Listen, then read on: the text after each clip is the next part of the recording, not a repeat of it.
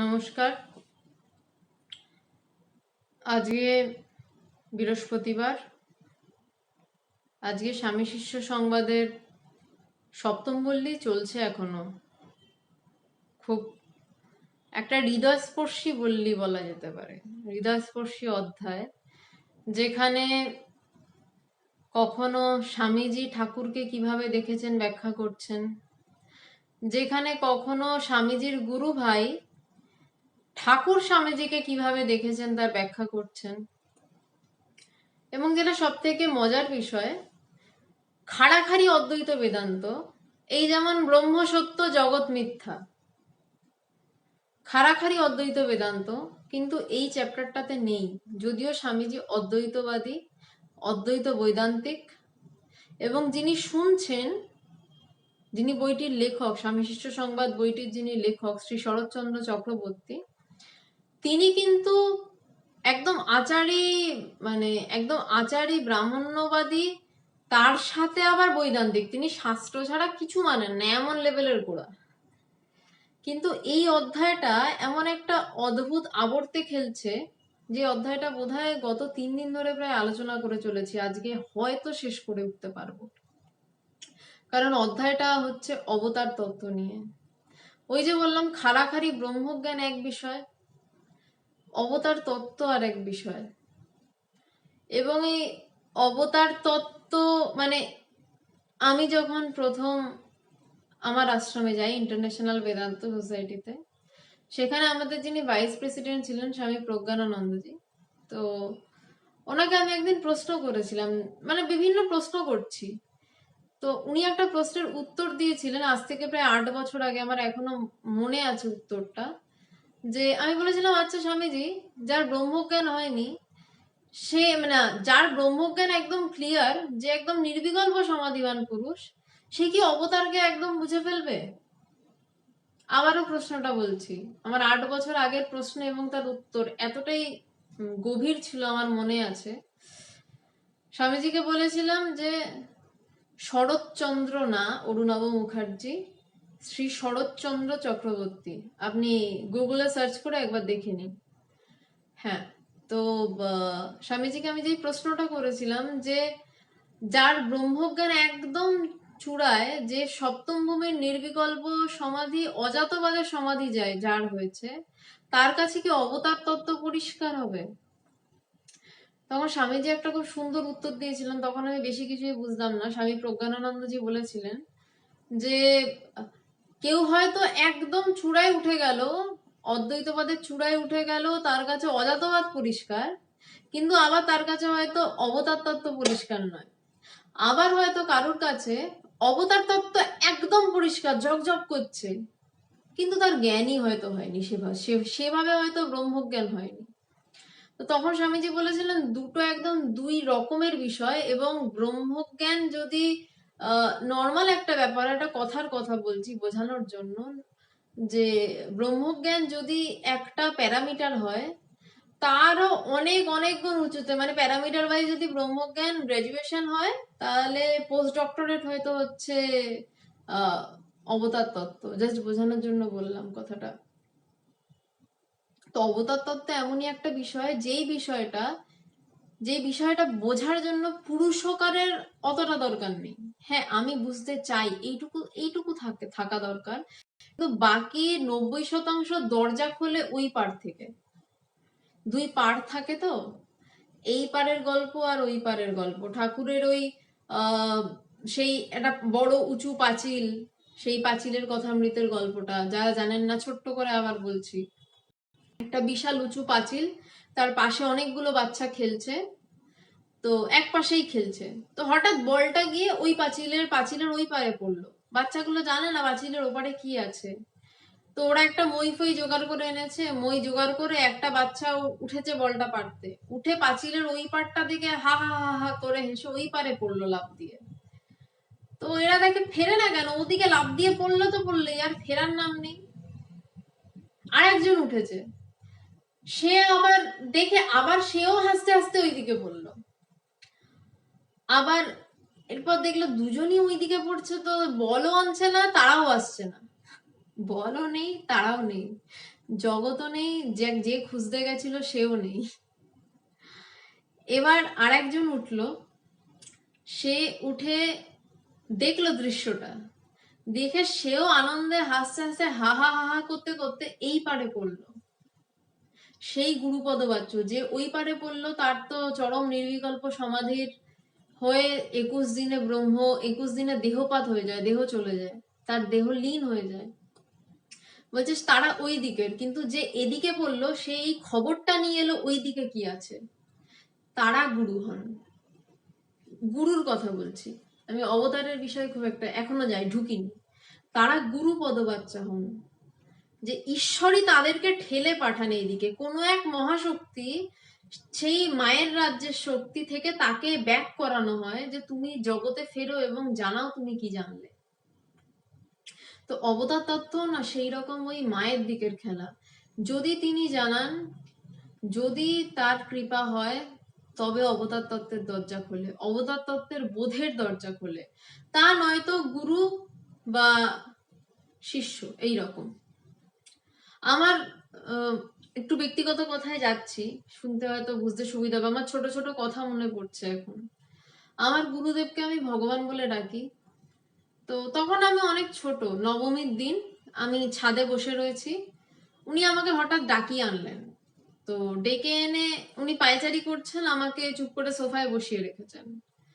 পায়চারি করতে করতে একটা কথা বলেছিলেন যে আমি এখন তোকে যেই কথাগুলো বলবো, সেই কথাগুলো আমি তোকে এখন ভগবান হয়ে বলবো না, আমি তোকে সেই কথাগুলো গুরু হয়ে বলবো, তুই শিষ্য হয়ে শুনবি।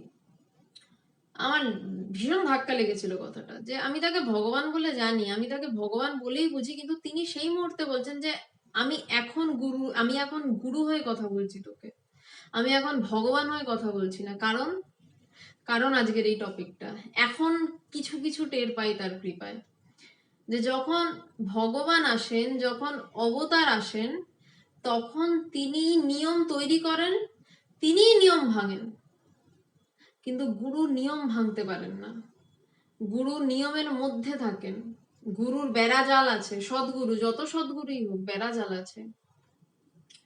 কিন্তু অবতার তারই সৃষ্টি নিয়ম, তা সেই ভাঙতে পারে। যেমন প্রধানমন্ত্রী কারফিউ ডেকেছে ধরুন শহরে, প্রধানমন্ত্রীর গাড়ি কিন্তু একদম মানে শুধু তার গাড়ি নয়, তার সাঙ্গপাঙ্গদের শুদ্ধ গাড়ি পুরো গোটা শহর বাজিয়ে টহল দিতে পারে, কেউ কিচ্ছু বলবে না।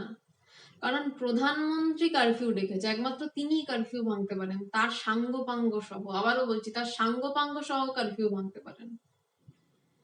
কারণ তিনি দেখছেন কারফিউ ঠিক চলছে। তো অবতার তত্ত্ব ঠিক এই রকম। আজকের যে বিষয়, তিনি নিয়মের মধ্যেও বটে, তিনি নিয়মের বাইরেও বটে। এটা কিভাবে সম্ভব? এটা এরম ভাবেই সম্ভব। তিনি নিয়মের মধ্যে কেমন না, তিনি তার যখন ইচ্ছা তিনি বলবেন আমি গুরু হয়ে কথা বলছি, জগতের নিয়ম মানবেন, রক্ষা করবেন। আবার তার যখন ভাব হবে, তখন কারোর দিকে তাকিয়ে বলবেন যা তোর জ্ঞান হয়ে গেল। সাধ্য সাধনার আর তার হয়তো সে অর্থে লাগলো না, পরে সাধ্য সাধনা করবে। এমনি অবতার তত্ত্বে বলা আছে যে আগে ফল তারপরে ফুল। তিনি কারোর দিকে তাকিয়ে বলে দেবেন যা তোর হয়ে গেল, তার হয়তো ভিতরে ভিতরে জ্ঞান হয়ে গেল, সে পরে সাধনা করতে করতে করতে করতে টের পেল যে ভিতরে হীরেটাকে পেয়ে বসে রয়েছে। তো আজকে এই বিষয়টা নিয়ে, এই যে অবতার তত্ত্বের, যে তিনি নিয়মের পারেও বটে, তিনি নিয়মের মধ্যেও তো বটে, এটা সম্ভব কিভাবে হলো, এটা নিয়ে স্বামী বিবেকানন্দ তার শিষ্যকে কি বলছেন, এইটা নিয়ে আমরা আলোচনা করব। খুবই কঠিন আলোচনা, খুব একটা বুদ্ধি গ্রাহ্য হবে বলে আমি মনে করছি না। আমি জানি না কি লেখা রয়েছে, বইটি যদিও আমার আগে অনেকবার পড়া, কিন্তু মনে তো থাকে না। তো যেটা পড়ছি আমি জানি না, বা যতটা আলোচনা করার চেষ্টা করব, বড়ই কঠিন বিষয়। তো আমি সবাইকেই অনুরোধ করব যে যা আজকে আলোচনা হবে অন্তত 10টা মিনিট শেষ হওয়ার পর ভাববেন, কারণ নইলে শুধু শ্রবণই হবে, মানে চিন্তাটা ভিতরে আর কখনো বসবে না। তো আবারও শুরুতে বলে নিচ্ছি, খুব যুক্তিতে আজকে যেতে পারবো না হয়তোবা, কারণ আজকে যুক্তির বাইরের নিয়েই হয়তোবা কথা হবে। আগের দিন যেটা নিয়ে কথা হচ্ছিল, জাস্ট একটা প্যারা শেষের দিকটা পড়ি, তাহলে এটাতে বুঝতে সুবিধা হবে।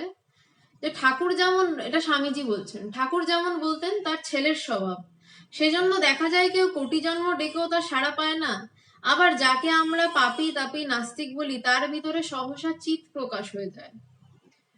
তাকে ভগবান অযাচিত কৃপা করে বসেন, তার আগের জন্মে সুকৃতি ছিল। কথা বলতে পারিস, কিন্তু এর রহস্য বোঝা বড় কঠিন। আমারও মনে হতো, এর আমি একটু ছোট্ট মানে আগের দিনের টপিক থেকে ছোট্ট করে বলছি যে রহস্য বোঝা বড় কঠিন। আমিও অনেক সময় দেখি যে একটা বেকার বাজে মানে মানে জ্বালিয়ে খাচ্ছে এরকম ধরনের লোক, তার হয়তো ভালো হয়েই যাচ্ছে, তার অনেক কিছু আধ্যাত্মিক ভালো হচ্ছে, আবার সে জ্বালাচ্ছেও বটে, তার গুরুকেই জ্বালাচ্ছে, আবার তার আধ্যাত্মিক ভালো হচ্ছে। আগে রেগে যেতাম, কিন্তু তারপরেই ভাবতাম যে কোন জন্মের হিসাব কোন জন্মে মেলাচ্ছে কে জানে বাবা, মাথা ঘামিয়ে লাভ নেই। আমার কাজ গুরুর সামনে এরকম করে বসে থাকা, হাত জোর করে আমি বাবা এরকম করে বসে থাকি। আমি অত আর রাগ করে আমার কাজ নেই, কারণ ভাবতে গেলে তো ন্যাচারালি রিয়াকশন হবে না। যদি আমি দেখি যে কেউ আমার গুরুকে কিছু বলছে বা আমার গুরুর সাথে খারাপ কিছু করছে, এবং তার তাকে নিয়েই হয়তো তিনি আবার ভালো ভালো কথা বলছেন, তার হয়তো কিছু আধ্যাত্মিক সামান্য কিছু উন্নতি হলো, তো ন্যাচারালি রাগ হওয়ার কথা। কিন্তু তারপর ভাবতাম যে না, কোন জন্মের হিসাব কোন জন্মে মিলছে কে জানে, যে এর রহস্য বোঝা বড় কঠিন। আবার ঠাকুর কখনো বলতেন তার প্রতি নির্ভর হ, ঝড়ের এটো পাতা হয়ে যা। আবার কখনো বলতেন তার কৃপা বাতাস তো বইছেই, তুই পাল তুলে দে না। আমি এটার ব্যাখ্যায় যাচ্ছি না, এটা আগের দিন অব্দি হয়েছিল, আমি তারপর থেকে আসছি। শিষ্য মহাশয়, এ তো মহা কঠিন কথা, কোনো যুক্তি যে এখানে দাঁড়ায় না। শিষ্য বলছে মহাশয়, এ তো বড় কঠিন কথা বলছেন, কোনো যুক্তিই তো এখানে দাঁড়াচ্ছে না। আমি শুরুর আগে ডিসকাশন শুরুর আগেই বলেছি আজকে কিন্তু যুক্তি বোধহয় বেশি দাঁড়াবে না, কঠিন কথা আছে। স্বামীজি, যুক্তি তর্কের সীমা মায়াধিকৃত জগতে, দেশকাল নিমিত্তের গণ্ডির মধ্যে তিনি দেশ ও কালাতীত। তার ল তার লও বটে, আবার তিনি লয়ের বাইরেও বটে। প্রকৃতির যা কিছু নিয়ম তিনিই করেছেন হয়েছেন, আবার সে সকলের বাইরেও রয়েছেন। স্বামীজি কত বড় ভক্ত দেখুন। স্বামীজিকে আমরা সবাই বিশাল বৈদান্তিক বলে জানি, তো আসলে লোকটা অন্তরে একদম মানে সে মানে চুপসানো ভক্ত বলে না, ওই ভক্ত ছিল। যখন স্বামীজি বিদেশে বিশাল লেকচার ফেকচার দিল, শিকাগো শহরে একদম পুরো ছেয়ে গেল চারদিক, তখন সব ছেড়ে ওই লোকটা ঘরে এসে মাটিতে গড়াগড়ি দিয়ে কাঁদছে আর বলছে ঠাকুর তুমি এ কি করে দিলে। ওইটা আসল বিবেকানন্দ। বাইরে যে গ্ল্যামারাস বিবেকানন্দ দেখি ওটাও বিবেকানন্দ, ওটা তার বাইরেটা, তার আসল ভিতর ওই ভক্তি। সেই জন্য সে বিবেকানন্দ। ওই সে কিন্তু বললো না আমি নিজে বিশাল কিছু করেছি, আমিই বলেছি, আমি তো বললাম। বললেন না, তিনি মাটিতে মুখ ঘষে কাঁদছে আনন্দে, বলছে ঠাকুর তুমি আমার এ কি করে দিলে। তো সেই ভক্তটার পরিচয় এখানে পাওয়া যাচ্ছে। স্বামীজি বলছেন যুক্তিতর্কের সীমা মায়াধিকৃত জগতে, বলছে এই মায়ার জগৎ, এই জগৎটাকে মায়াধিকৃত মানে বলছে এই জগৎটা মায়া দিয়ে তৈরি। বলছে এই মায়া দিয়ে তৈরি জগতেই যুক্তি এবং তর্ক খাটে। কারণ আমরা যে জগৎ সৃষ্টি করি যা চোখে দেখা যায়, কিছু ইট কাঠ পাথরের, মানে খুব ঠিকভাবে বলছি, একটু সূক্ষ্মভাবে ভেবে দেখুন, আমরা জগৎ কোনটাকে বলি? একটা ইট কাঠ পাথরের কিছু একটা ইমারত, কিছু একটা ধরনের ইমারত, এবং আমার মনের চিন্তা, এই দুই মিশিয়েই কিন্তু জগৎ। এবার ইট কাঠ পাথরের ইমারতটাও কিভাবে তৈরি হচ্ছে না, আমার মনের চিন্তা দিয়ে তৈরি হচ্ছে। আমার মনের চিন্তা আসছে আমি এটা বানাবো, আমি ইট আনছি, আমি বালি আনছি, আমি সিমেন্ট আনছি, আমি এটা করছি, আমি সেটা করছি, আমার জগৎ তৈরি হচ্ছে। কিন্তু আসল জগৎটা কিন্তু ভিতরে, আমার ভিতরে চিন্তা আসছে আমি এটা করব, তারপরে এই জগৎটা বানাচ্ছি। যখনই ভিতরে এই চিন্তাটা নেই তো নেই, থাকছে না। তো তাই বলছেন যে যুক্তি তর্কের সীমা, আমি কথা বলছি সেই কথা কাটছি, বলছে এই সীমাটা ওই মায়াধিকৃত জগতে, আমার চিন্তাতে ওই যুক্তি তর্ক, আমার চিন্তাতেই ওঠে এটা করলে ভালো, আবার পরমুহূর্তে চিন্তায় ওঠে এটা করলে হয়তো ভালো হবে না, হয়তো ওটা করলে ভালো হবে। তো এই যুক্তি তর্ক, এই যে আমরা বলছি যে না অবতার এসছেন, তো এই শিষ্য যে প্রশ্নটা করেছে যে যে কঠিন কথা বলছেন, কোনো যুক্তি দাঁড়ায় না। তো স্বামীজি বলছে যে এই যে যুক্তিটা যে দাঁড়ায় না, সেটা কোথায় দাঁড়ায় না? এই জগতেই তো দাঁড়ায় না। এই জগৎটা কোথায়? এই মায়াধিকৃত জগৎ, এই দেশকাল নিমিত্তের জগৎটা তো আমার ভিতরে, আমার মনে। দেশকাল নিমিত্তের গণ্ডির মধ্যে দেশ মানে জায়গার কথা বলা হচ্ছে, কাল সময়ের কথা বলা হচ্ছে, এবং নিমিত্ত কার্যকারণ একটা ব্যাখ্যার বিষয়, যে এই কাজ হচ্ছে তার ফলে এই কার্য তৈরি হচ্ছে। মানে ধরুন আমি চিন্তা করলাম আমি জল খাবো, তো আমাকে কি করতে হবে? আমি বসে কথা বলছিলাম, আমাকে কথা বলা প্রথমত বন্ধ করতে হবে। প্রথম চিন্তা উঠলো আমি জলটা খাবো, চিন্তা, আমাকে এই কথা বলা বন্ধ করতে হবে, আপনাদেরকে বলতে হবে একটু বসুন আমি জলটা খেয়ে আসি, বা পাশে বোতল থাকলে সেই বোতলটাকে হাত দিয়ে তুলতে হবে, গলায় ঢালতে হবে, বোতলটা বন্ধ করতে হবে, রাখতে হবে, কমপ্লিট হলো। হয়তো এরপর জল খেয়ে আমার আবার হয়তো অন্য কোনো প্রয়োজনের কথা মনে পড়ে গেল, জলটা খেয়ে মনে হলো আমার ওই ওষুধটা তো খাওয়া হয়নি, জলের সাথে ওষুধটা খাওয়ার ছিল। তো এই দেশ কাল নিমিত্ত, নিমিত্ত মানে হচ্ছে কার্যকারণ ব্যাখ্যাটা হচ্ছে একটা কাজ আর একটা কাজের জন্ম দিচ্ছে। বলছে এই যে গণ্ডিটা, এই গণ্ডিটা আবারও বলছি ভালো করে চিন্তা করে দেখুন, এটা কিন্তু আমাদেরই চিন্তা, আমাদের চিন্তাটাই কিন্তু আমাদের জগৎ। বলছে এর মধ্যে তিনি কি করে থাকবেন? তিনি তো যুক্তিতর্কের সীমার মধ্যে নন, তিনি দেশকাল নিমিত্তের গণ্ডির বাইরে, এই চিন্তার বাইরে। তিনি কোথায়? না তিনি কোনো মহাশূন্যে নেই, তিনি কোনো আর একটা গ্যালাক্সিতে বসে রয়েছেন, ডাকলে আসবেন এরকম নয়। বলছেন তিনি আমার ভিতরেই রয়েছেন, কিন্তু তিনি আমার এই চিন্তাকৃত মায়ার জাল ছাড়িয়ে তিনি এমন জায়গায়, তিনি এমন হয়ে বসে রয়েছেন যে সেখানে মন পৌঁছাতে গেলে পৌঁছাতে পারে না, বুদ্ধি পৌঁছাতে গেলে বুদ্ধি ব্যর্থ হয়ে ফিরে আসে, বোধ পৌঁছাতে গেলে ধারণা না করতে পেরে ফিরে আসে। তিনি এই কারণ, এই বোধ, মানে বোধ বলতে আমি যেটার কথা বলছি, যে ব্যাপারটা কি একটু বোঝার চেষ্টা করার, মানে বোধ মানে এইটাকে বলছি, অনুভব নয়। বোধ মানে এটা কি, কি হলো দেখি তো দেখি। বলছেন তিনি মন, বুদ্ধি, মন যেটা দিয়ে আমরা ভাবছি, বুদ্ধি যেটা দিয়ে আমরা প্ল্যান আউট করছি, এটা করব না এটা, বোধ যেটা দিয়ে ভাবছি এটা দিয়ে হয়তো ধরে ফেলছি। বলছে ইনি তার পারে, বলছে এই সমস্ত কিছু তার কাছে যেতে গিয়ে না পেরে ফিরে আসে। বলছে তিনি দেশকাল নিমিত্তের বাইরে, মানে তিনি এক প্রকার, ঠাকুরকে নিয়ে তো কথা হচ্ছেন, স্বামীজির বিউটি এখানে, তিনি স্বামীজি ঠাকুরকে স্বয়ং ব্রহ্ম বলেই জানতেন, আর কিচ্ছু জানতেন না। এবং শাস্ত্র বলছে গুরু ব্রহ্মা গুরু বিষ্ণু গুরু দেব মহেশ্বরা, মানে ব্রহ্মা বিষ্ণু মহেশ্বরের কথা বলছে, কিন্তু স্বামীজি এখানে ঠাকুরকে স্বয়ং ব্রহ্ম বলেই নির্দেশ করছেন। তার লও বটে, আবার তিনি লয়ের বাইরেও বটে। প্রকৃতির যা কিছু নিয়ম তিনিই করেছেন, হয়েছেন, আবার সে সকলের বাইরেও রয়েছেন। এটা যে শুধু একটা ভক্ত কথা বলছে না, একটা বৈদান্তিক কথা বলছে। বলছেন যে প্রকৃতির যা কিছু সব তিনিই করেছেন এবং তিনি সেগুলো হয়েছেন। শঙ্করাচার্য কি বলছে? ব্রহ্ম সত্য জগন মিথ্যা, তারপর কি বলছেন? জীব ব্রহ্মৈব না পারা।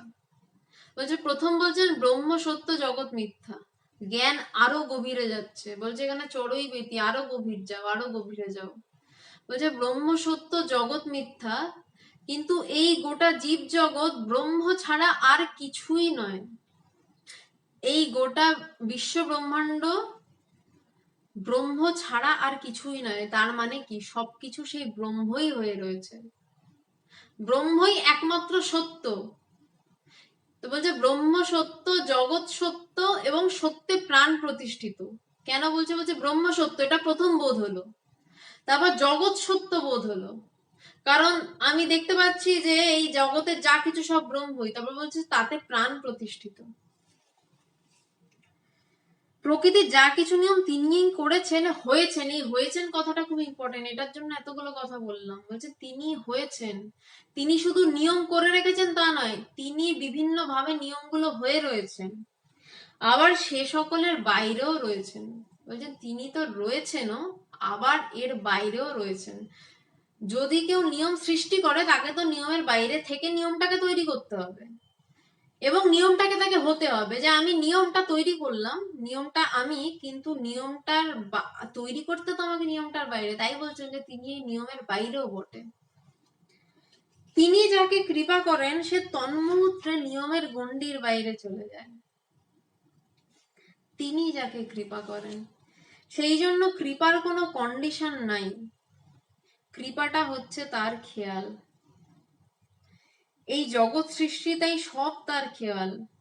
লোকবাত্য লীলা কৈবাল্যাম, যিনি খেয়াল করে এমন জগৎ গড়তে ভাঙতে পারেন, তিনি কি আর কৃপা করে মহাপাপীকে মুক্তি দিতে পারেন না? স্বামীজি কি সুন্দর, কিভাবে গুরুর প্রতি তার কি ভয়ঙ্কর বিশ্বাস। বলছেন যে তিনি যাকে কৃপা করেন সে তন্মুহূর্তে নিয়মের গণ্ডির বাইরে।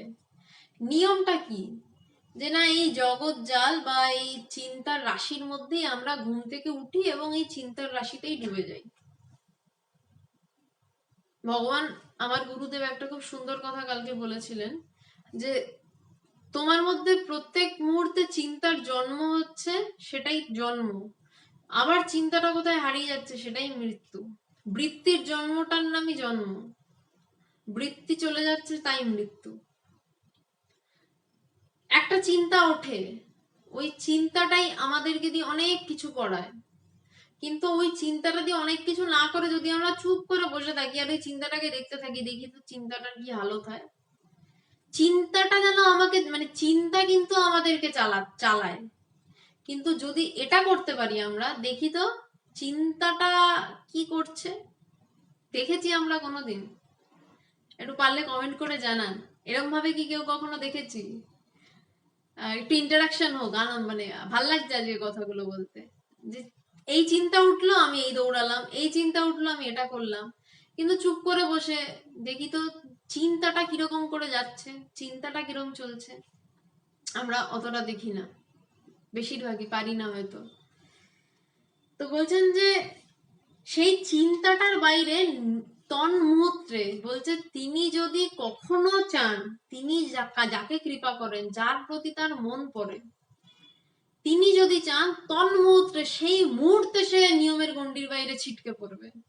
এই চিন্তা জাল ছিন্ন করে ওই যেখানে ওই অবাং মানসে গোচরম, সেই জায়গা যাকে পাওয়া যায় না, যে জায়গা থেকে মন ব্যাক করে, যে জায়গা থেকে বুদ্ধি ব্যাক করে, সেই জায়গায় ছিটকে পড়বে। ওই একটা একটা দ্বার থাকে, সব পেরিয়ে গিয়ে এক দ্বার থাকে, অহং অহং আমির আমির দ্বার থাকে, সেই আমির জায়গায় ছিটকে পড়বে। সেই মুহূর্তে আমির জায়গাটা পেরোনোর জন্য সাধকেরা সাধনা করে করে করে করে শেষ হয়ে যাচ্ছে, মরে যাচ্ছে গুহাগহরে। আবার ভাবছে, এবং এটাতেও তারা সাধকেরা ভাবছেন না যে আমরা পাবো কি পাবো না, তারা ভাবছেন ঠিক আছে এই জন্মে পাইনি পরের জন্মে পাবো। বছরের পর বছর না, জন্মের পর জন্ম সাধনা করছেন। কিন্তু যদি বলছেন তার একটু কৃপা হয়, তার একটু কৃপা, এই অবতার পুরুষদের কথা বলছেন যে তাদের যদি একটু কৃপা হয়, সেই মুহূর্তে ওই আমির দরজা পেরিয়ে ছিটকে উনি ওদিকে ফেলে দেবেন, কারণ দরজা তার হাতেই রাখা রয়েছে, তিনি মনে করলেই ওই দরজা খুলে দেবেন। এবার এই কৃপাটা নিয়ে একটা প্রশ্ন রয়েছে, বলছেন যে এটা নিয়ে বারবার অনেকদিন কথা বলি। আচ্ছা, সেটা এক সময় আমি একটু কমেন্টে যাচ্ছি, একটু ইন্টারাকশন যেহেতু বলেছিলাম, আমি একটু কমেন্টে যাচ্ছি। কেউ একজন লিখেছেন, এটা আমার গুরুদেব একই কথা বলে আর চুপ করে সেটাকে দেখতে বলে। বাহ, না সত্যি কখনো চিন্তা চলা নিয়ে ভাবি না। হ্যাঁ রিমা, চিন্তা চলাটা নিয়ে ভাবো, চুপ করে একটু দেখো যে চিন্তাটা কিরকম। চিন্তা তো তোমায় চালায় সারাদিন, একটু একদিনকে একটু 5 মিনিট দেখো চিন্তাটা কিরকম চলছে। যাই হোক, আমি আবার প্রসঙ্গে ফিরছি।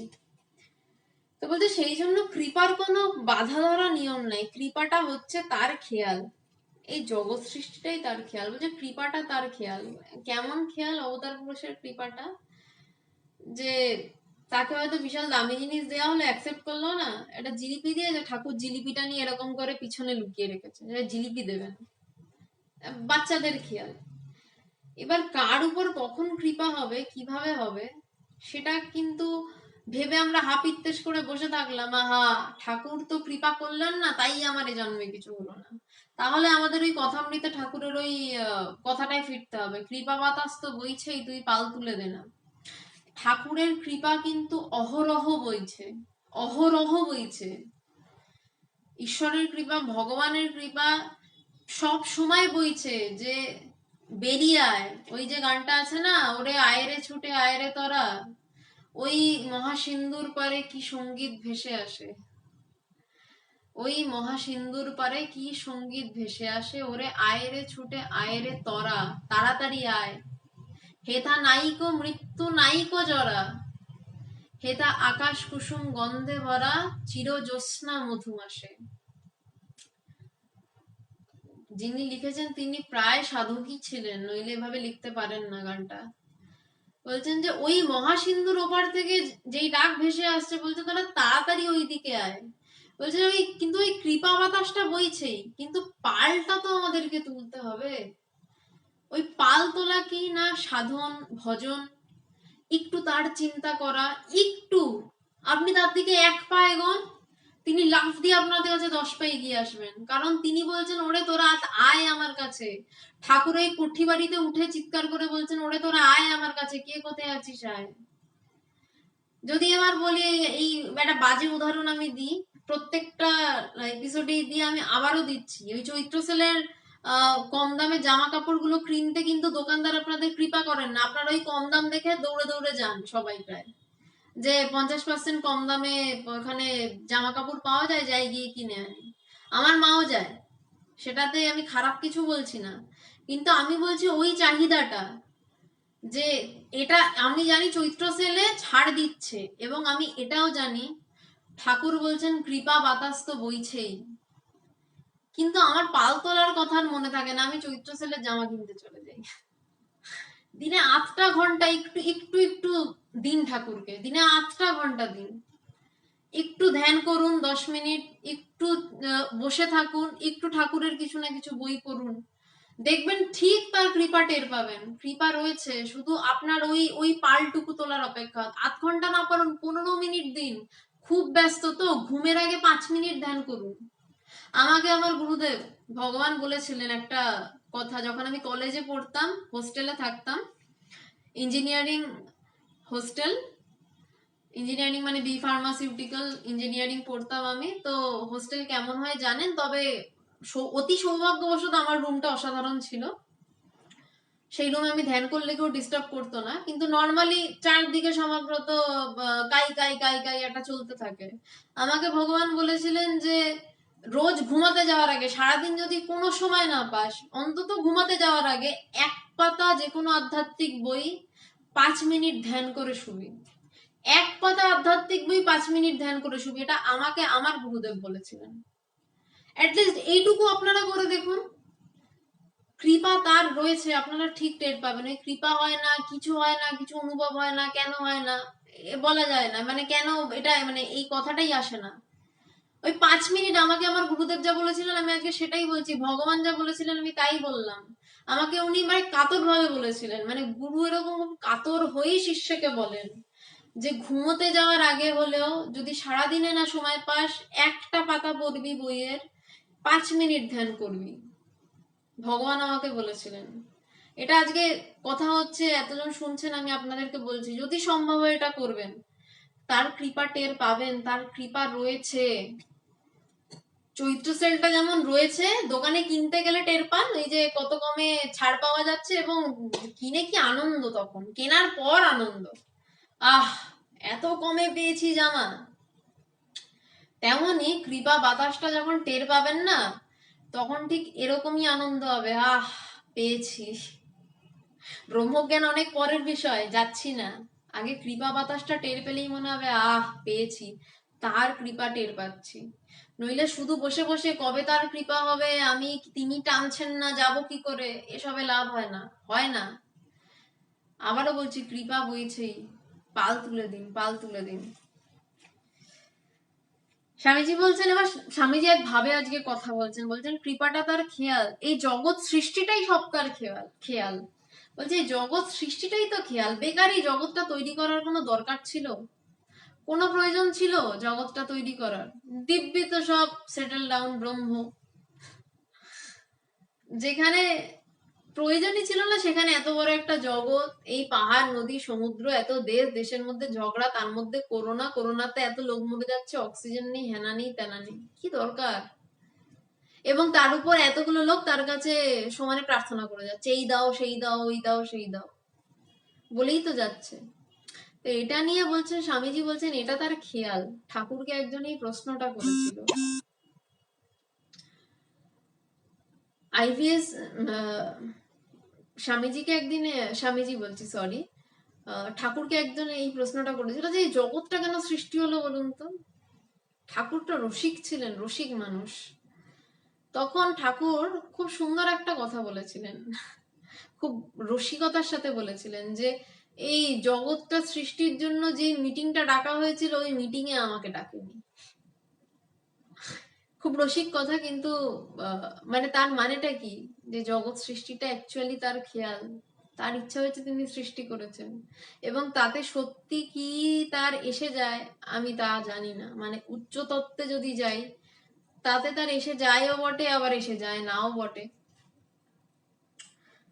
লোকবত্ত লীলা কৈবল্যম, তিনি খেয়াল করেন, এমন জগৎ গড়তে ভাঙতে পারেন, তিনি কি আর কৃপা করে মহাপাপীকে মুক্তি দিতে পারেন না? হ্যাঁ, একটা বাচ্চা একটা মাটির ঢেলা বানালো, একটা জগৎ, একটা বাচ্চা মাটির ঢেলা বানালো, তার খেয়াল হয়েছে, ইচ্ছা হয়েছে, বানালো, দুম করে ভেঙে দিল। তাতে মাটির ঢেলার কি হলো না হলো, মাটির ঢেলাটা তো সে এমনিও জানে সত্য নয়, সে এমনিও জানে যে মাটির ঢেলা ওটা মাটির ঢেলা। তো তেমনই এই জগৎ সংসারটাও ঈশ্বর এমনি জানেন এই মাটির ঢেলা, এই চিন্তাতেই সবকিছু, এই চিন্তা গেলে আসল সেই রয়েছে, আসলে কি আদৌ কিছু?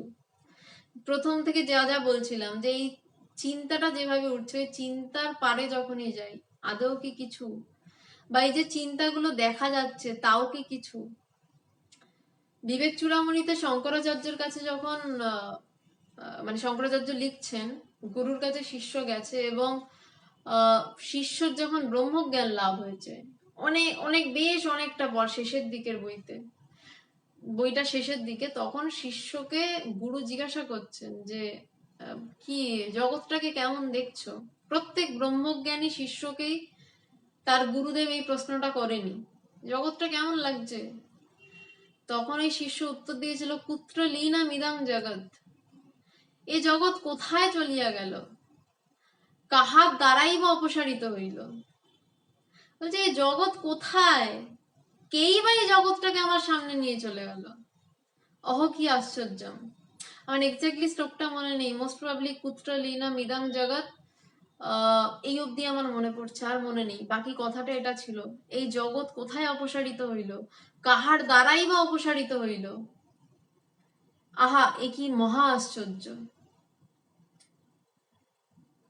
তো তিনি, স্বামীজি বলছেন যে তিনি কি বলছে যে এই জগৎ গড়তে ভাঙতে পারেন, তো এই জগৎটা এত সহজে সরে যেতে পারে যে জগৎটা নেই বলছে, যারা জ্ঞানী তারা বলছে জগৎ কই।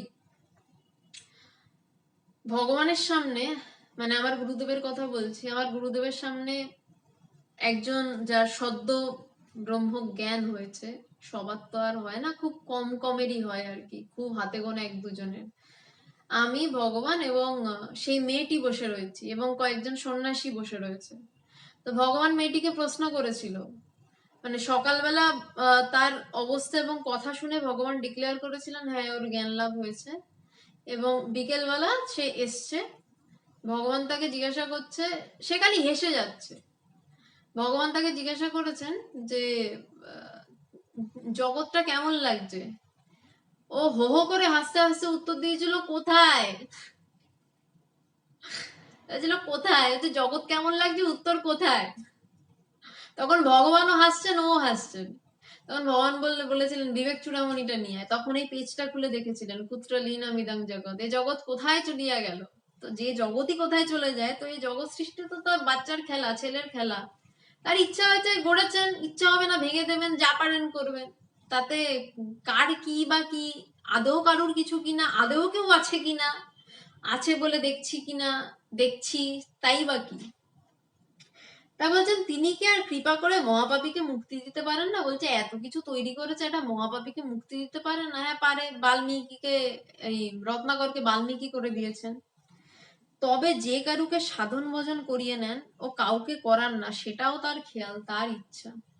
এও মানে আজকে একদম পুরো নিয়ম ভাঙা, ছক ভাঙা কথা হচ্ছে। এবং আজকেও সত্যি কথা বলতে এই টপিকটা পড়বে আমি জানতাম না। আজকে আমার প্রচন্ড শরীর খারাপ ছিল, কালকের লাইভ যেটা সারদা আমাকে নিয়ে হয়েছে সেটা কোনো ক্রমে নিয়েছিলাম আর কি, যেহেতু অনুষ্ঠানটা শুরু এক্সকিউজ মি সরি। এবং সত্যি কথা বলতে আজকেও যে আমি কথা বলতে পারবো আমি ভাবিনি, তার কারণ ভগবানের ডাক্তার দেখানোর কথা ছিল লেক গার্ডেন্স আশ্রমে। আমার বাড়ি লেক গার্ডেন্স আশ্রমের খুব কাছে, তো ভগবান লেক গার্ডেন্স আশ্রমে এসেছিলেন এবং ভগবান এলে ন্যাচারালি আমি কোনো ক্লাস নেওয়া আমার পক্ষে সম্ভব নয়, কারণ আমি গুরু এলে আমি গুরুর পা ছাড়া আর খুব একটা কিছু চিনি না। তো আমি প্রণয়কে বলেই দিয়েছিলাম যে ইন্ডিয়ান মংসের অ্যাডমিন, আমি আজকে ক্লাসটা নিতে পারবো না। তো হঠাৎ আজকে বিকেলবেলা ডাক্তার দেখানো হলো, সব ঠিকঠাক হয়ে গেল, ভগবান বিরাটই ফিরে গেলেন। তো তাই আমি ভাবলাম ঠিক আছে ক্লাসটা নিয়েই নি। তো অন্যদিন ক্লাসে প্রায় মানুষ থাকেন 70, 80, 100 জন। আজকে ক্লাসে মানুষও রয়েছেন কম, 43 জন। কারণ বোধহয় সবই তারই ইচ্ছা, তারই খেয়াল। মানে আজকে এতটা কঠিন বিষয় নিয়ে স্বামীজি কথা বলছেন, কারণ আগে থেকে তো বলা ছিল না আজকে ক্লাসটা হবে। তো আজকে আলোচনাটা হবে, ক্লাস বলাটা ভুল, ক্লাস নেওয়ার জায়গায় আমি এখনো নই, আলোচনাটা যে হবে। তো যেই কজন শুনছেন 41 জন, এখন দেখতে পাচ্ছি 41 জন, কখনো 45 জন, এরকম ভাবে যাচ্ছেন। এই কয়েকজনের জন্যই বোধহয় আলোচনাটা ঠিক আছে, কারণ আজকের আলোচনা ওই যুক্তি তর্ক বুদ্ধি সূক্ষ্ম বিচার এইসব দিয়ে যাচ্ছে না। আজকের আলোচনাটা একদম প্রাণের আলোচনা দিয়ে যাচ্ছে, মানে প্রাণের থেকে প্রাণের আলোচনা, আরো গভীর থেকে গভীরতরের আলোচনা। যে তুহিন ভট্টাচার্য ভগবানকে, ভগবান আমার গুরুদেব, আমার গুরুদেবকে আমি ভগবান বলে ডাকি। ওনার লেক গার্ডেন্সে আশ্রম রয়েছে, বিরাটিতেও আশ্রম রয়েছে, ইন্টারন্যাশনাল বেদান্ত সোসাইটি আমাদের অর্গানাইজেশনের নাম। যাই হোক, তো এবার স্বামীজি বলছেন তিনি কি আর কৃপা করে মহাপাপীকেও মুক্তি দিতে পারেন না? তবে যে কারুকে সাধন ভজন করিয়ে নেন কাউকে করান না, সেটাও তার খেয়াল, তার ইচ্ছা। বলছে তিনি কাকে দিয়ে সাধন ভজন করিয়ে নেবেন? করিয়ে তার জ্ঞান লাভ করাবেন। মানে এমন নাকে খত দেওয়ান আমি দেখেছি, যে মানে সে সাধনা করতে করতে পাগল হয়ে যাচ্ছে, মানে সে করেই যাচ্ছে 1 মাস ধরে সাধনা, তার দিন নেই রাত নেই, রাতে ঘুম নেই, 2 মাস ধরে সে তার ঘরের বাইরেটুকু অব্দি বেরোচ্ছে না, দিন রাত্রি মনের দিকে তাকিয়ে বসে রয়েছে, কিন্তু তার জ্ঞান লাভ হচ্ছে না। অবশেষে হলো, গুরু কৃপায় হয়, যার এতটা টেনাসিটি, তার হয়তো তার না হওয়ার কোনো কারণ নেই, তার জ্ঞান লাভ হয়। আবার কারোকে হয়তো করাচ্ছেন না সাধন ভজন, এমনি যা হয়ে গেছে তোর। এবার এখন আমরা বলতেই পারি পূর্বজন্মের অনেক সুকৃতি ছিল, পূর্বজন্মের অনেক ব্যাপার ছিল।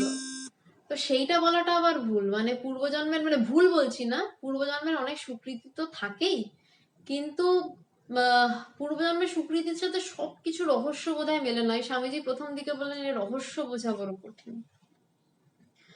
সেটাও তার খেয়াল, সেটাও তার ইচ্ছা। যথারীতি শিষ্য এবার বলছে, মহাশয় বুঝিতে পারিলাম না। স্বামীজি, বুঝে আর কি হবে, যতটা পারিস তাতে মন লাগিয়ে থাক, তাহলে এই জগৎ ভেলকি আপনা আপনি ভেঙে যাবে, তবে লেগে থাকতে হবে। শিষ্য বলছেন, মহাশয় বুঝিতে পারিলাম না, বুঝে আর কি হবে, যতটা পারিস তাতে মন লাগিয়ে থাক। যতটা পারিস তাতে মন লাগিয়ে থাক, বেশি বোঝার দরকার নেই। এই মানে ব্রহ্মজ্ঞানের ক্ষেত্রে কিন্তু স্বামীজি এরকম ভাবে বলেননি। ব্রহ্মজ্ঞানের ক্ষেত্রে স্বামীজি বলছেন যে হ্যাঁ, ধ্যান ধারণা করো, তপস্যা করো, সাধনা করো, মনকে এইভাবে দেখো, আরো বেশি বই পড়ো, এইসব উপদেশ দিয়েছেন। কিন্তু এই তত্ত্ব সবকিছুর উপরে। তখন স্বামীজি বলছেন যে মহাশয় বুঝিতে পারিলাম না। স্বামীজি বলছেন বুঝে আর কি হবে, যতটা পারিস তাতে মন লাগিয়ে থাক। বলছে তাতে মন লাগিয়ে বসে থাক, তাহলে এই জগৎ ভেলকি আপনা আপনি ভেঙে যাবে, তবে লেগে থাকতে হবে। স্বামীজি বলছেন বুঝে কি হবে, কারণ অবতার তত্ত্ব বলেছেন, বলছে বুঝে লাভ নেই, তাতে মন লাগিয়ে বসে থাক, এই জগৎ ভেলকি এমনি এমনি ভেঙে যাবে। অবতার তত্ত্ব এমন একটা জিনিস না, ব্রহ্মজ্ঞান তো এক প্রকার, প্রথমেই বললাম ব্রহ্মজ্ঞান এক প্রকার, এই অবতার তত্ত্ব আরেক প্রকার। বলছে ওতে মন দিয়ে বসে থাক, একদম মানে যার মানে সবার সেই সৌভাগ্য হয়ও না। বলছে শুধু তার উপর যদি কাউকে বোঝো যে হ্যাঁ সে ভগবান, তাতে মন লাগিয়ে বসে থাক। বলছে এমনি এমনি জগৎ ভেলকি উড়ে যাবে, জগৎ ভেলকি ম্যাজিক বলছে, বলছে এমনি এমনি উড়ে যাবে, সাধন ভজন লাগবে না। মানে এই কথাটাকে খুব একটা সিরিয়াস, মানে খুব একটা গ্রস হিসাবে, রিজিডিটি হিসাবে নেবেন না যে সাধন ভোজন লাগবে না, সাধন ভোজন লাগবে। কিন্তু যদি অবতার কাউকে খুঁজে পান, ভগবান কাউকে খুঁজে পান, তাহলে তার উপর মন লাগিয়ে বসে থাকুন, জগৎ ভেলকি এমনি উঠবে। আমাদের প্রেসিডেন্ট মহারাজ ইন্টারন্যাশনাল বেদান্ত সোসাইটির স্বামী কেশবানন্দ মহারাজ, উনি একদিন একটা খুব সুন্দর কথা বলেছিলেন। বলেছিলেন যে অবতারের মন অ্যাকচুয়ালি থাকে না, প্রায় থাকে না, লীন হতে হতে হয়তো কিছুটা একটুখানি। তো বলছেন যে অবতারের সেই একটুখানি মন যদি কারোর উপরে কোনো ক্রমে পড়ে, বলছে সেখানে তৎক্ষণাৎ দৈবিক ক্রিয়া শুরু হয়। তৎক্ষণাৎ বলছে যে ভগবানের মন যদি কারোর উপর কিছুটা পড়ে, যে ভগবান যদি কারোর কথা ভাবছেন, বলছে সেইখানে দৈব ক্রিয়া শুরু হয়। দৈব ক্রিয়া মানে কি? আকাশ কুসুম কিছু না, বলছে জগৎ ভেলকি, মানে জগৎ ভেলকি উড়ে যায়, সেইখানে তার অনুভব শুরু হয়। তো অবতার ক্রিয়া সব কিছুর পারে, অবতারের বিষয় সব পারে, ব্রহ্ম জ্ঞানের পারে। তো এই শিষ্য যেমন বলছে বোঝা যাচ্ছে না, তেমনই বোঝা যায় না। বলছে মন লাগিয়ে বসে থাকো, ছেড়ো না। আপনাদেরও বলছি, আজকে খুব বেশি জন ছিলেন না, কারণ আগে থেকে বলা ছিল না। আমি আর বেশিক্ষণ, এই শেষের দিকে আমি প্রায় শেষ করছি। এই যা শুনলেন আজকে, হয়তো অনেক কিছু মনে হবে যুক্তি তর্কের বাইরে, কিন্তু এইটুকু কথা, স্বামীজির কথা মনে রাখুন, ছাড়বেন না, মন লাগিয়ে বসে থাকুন, জগৎ ভেলকি আপনা আপনি উড়ে যাবে, যদি তেমন কাউকে পান। কমেন্টে জানাবেন কেমন লাগলো। আর পরে যারা আরো অনেকে শোনেন, তারাও কমেন্টে জানাবেন কেমন লাগছে, বা কোনো প্রশ্ন থাকলে অবশ্যই জানাবেন। আমি পরের ক্লাসে বা পরের আলোচনায় উত্তর দেওয়ার চেষ্টা করব। নমস্কার।